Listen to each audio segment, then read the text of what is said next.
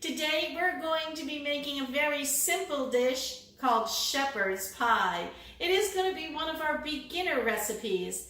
Nicole has put a recipe on the site that is a shepherd's pie, but she used a fancy piping bag. We're not going to do any of that. That is definitely in the intermediate section.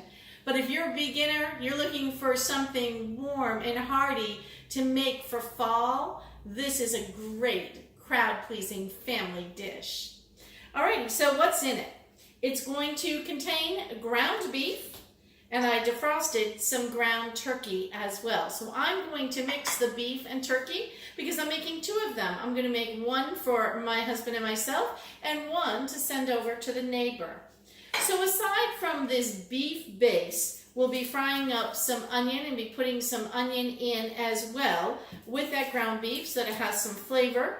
We'll be using onion salt, celery salt, and garlic salt as well to give it just a little bit of a kick. And then once we have our meat fried, we're going to take and mash up a whole lot of potatoes because that's the topping and that's what makes it so yummy and hearty. So for our mashed potatoes, I chose Yukon Gold. You could use any kind, but I think that they just have a nicer flavor for mashing. I'm also going to use heavy cream, although if you did not have heavy cream, you could certainly use any kind of milk, although I wouldn't use any kind of sweetened milk, like an almond milk that's sweetened, or a coconut sweetened, but just milk in general. All right, and then our potatoes are going to need a lot of butter. Now, what is going to go between the meat and the potatoes? Well, it's going to be corn, of course, and we have this kerneled corn that we purchased yesterday. I don't normally keep this in the house, but I wanted to buy it just for the shepherd's pie. So when we have it all compiled, we'll put a little paprika, a little parsley on the very top with some more slabs of butter so that it will brown up very nicely. This is going to take all of about, I would say, 30 minutes for us to prepare, and it will be ready to go, and I can pop it in the oven tonight if we want to have it tonight, or it can keep until tomorrow night if we choose to do that. All right, great. So I'll be back in just a few minutes to show you how things are cooking up, and then we'll put it together. Thanks. We'll see you. So our ingredients for our shepherd's pie are cooking. We've got our onions, our hamburger, our ground beef rather, and our turkey ground up, all cooking away. That'll be done fairly soon. It's browning now, and as you can see, our potatoes are boiling away. We're going to be testing them in just a minute. We're going to boil them until they are soft, very soft all the way through. Alrighty, we'll be back. We're going to mash our potatoes. I'm going to use about 3/4 of a stick of the butter here. Pop that right in. I'm going to add some salt and pepper. Salt and pepper on everything is how you should be thinking about it. I'm also going to add a little bit of onion powder. About 1/4 teaspoon. I'm going to also add my cream. And I have about a half of this 1 pint package, so it will be a half a pint of cream. We're going to go ahead and put that in. If we need more, we'll add milk, right? Remember I told you if you seem like your consistency isn't right, you can always add milk, or if you didn't have cream, you can always add milk. So I'm using the hand mixer. If you don't have this gadget, the electric mixer, you can always use a hand mixer, just, that little mashing tool that you see us use occasionally, that you just go like this and mash everything down. I do this anyway when I start my potatoes. It just gives me a good place to be able to beat them and whip them. So why am I not using the hand masher? I think that this makes my potatoes a little bit fluffier, and for this dish I want them a little bit fluffier, not so much country style with any lumps in them. So I'm going to go ahead and mix this up. Medium speed to begin with.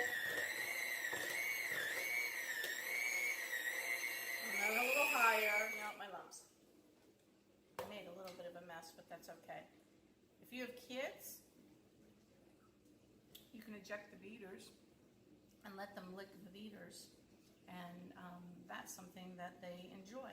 Now, I could have used up the last of the milk, and it would have been fine, although I like the consistency that they are for spreading in my pan, so I'm going to leave them be now. So what I'm going to do is I'm going to start layering my shepherd's pie.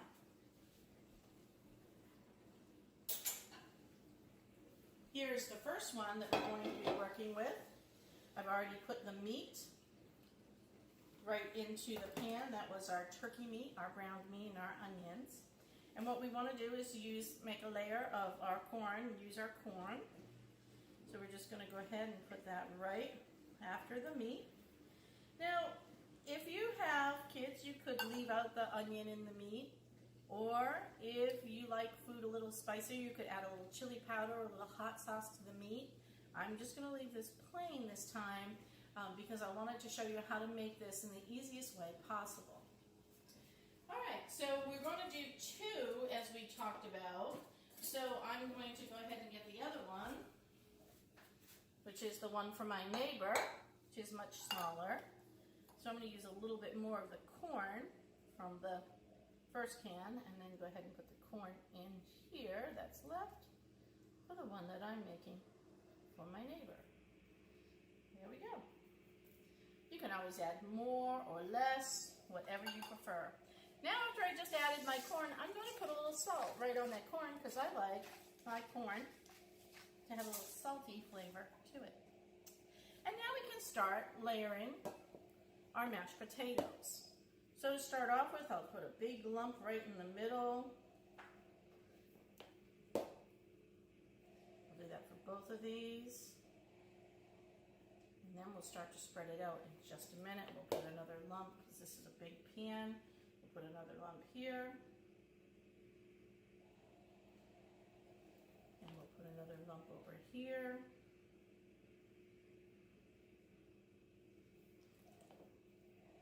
And now you see why I made so much potatoes. This really is the star of the show. This is by no means a low-calorie recipe with all the starches in potato, but it is very delicious and hearty. All right, once I get the potato all added in, I'll be spreading it out nice and even. This one a little bit more.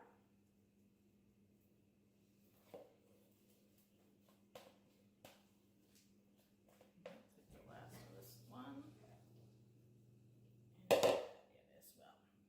All right, so what we want to do is just start to spread that without mixing up our layers. So you're just gently pushing down. If you can see me doing this, just gently pushing down and spreading out that potato. Kind of like frosting a cake. You don't want to press too hard. If you do, you go back in the backward motion and bring back your meat and corn. All right, so now we have that pretty much spread. I like it to touch the sides of the pan. It will naturally spread out a little bit more when we put this back in to bake. And I'm going to do the same here on my second one. That one I pressed a little hard. It's okay. My potatoes are a little gluteny, in part because I use the yellow potatoes. So I like them with the nice flavor that they have, those Yukon Golds. All right, so as you can see, mine is not fancy like the one Nicole made, but we will do some things to make it look pretty. So the first thing I'm going to do, get the potato off of everything, is I'm going to sprinkle some parsley. Because we all know parsley goes nice with potatoes. So there I've got my parsley on the top. Put parsley on the top of this one as well. And again, if you have fresh parsley, you can use it. I'm just doing this as a beginner recipe, assuming most people have parsley right in their spice cabinet. I'm going to also put some paprika. Now why? Not only for taste, but for color. Paprika is a browning agent, so that will make the top of my shepherd's pie, wherever I have these little peaks, will make it kind of browned up a little bit more than some of the other areas, and will make it look really pretty. Lastly, just a hair more salt and pepper. And I have one last couple of items here. I like to put a pat of butter in the middle, sometimes around. That will also help this brown up really nicely. And I think for that one, we'll just put it in the middle, but for this one, because it's so big, we'll put a few around. And as I said, this is not a low-calorie meal, but this is hearty. And my husband and I will eat this for several days. This will be lunches and dinners and everything else. So you can always serve it with a nice salad if you wanted to bring in some green or some green beans. This has to go in the oven, uncovered now. It can go today, and we can have this for dinner tonight. So not long, about 40 minutes till it browns up and heats all the way through. Or you could put the cover on it and put it in the fridge and have it for tomorrow night's meal. So I'm going to decide, I'm going to give my husband a call and figure out what we're doing tonight. If he wants to go home to a nice meal, I'll pop it in the oven. All right, great. Thank you for watching The Love of Food. I will take photos of the finished product and when it's plated so that you'll be able to see it.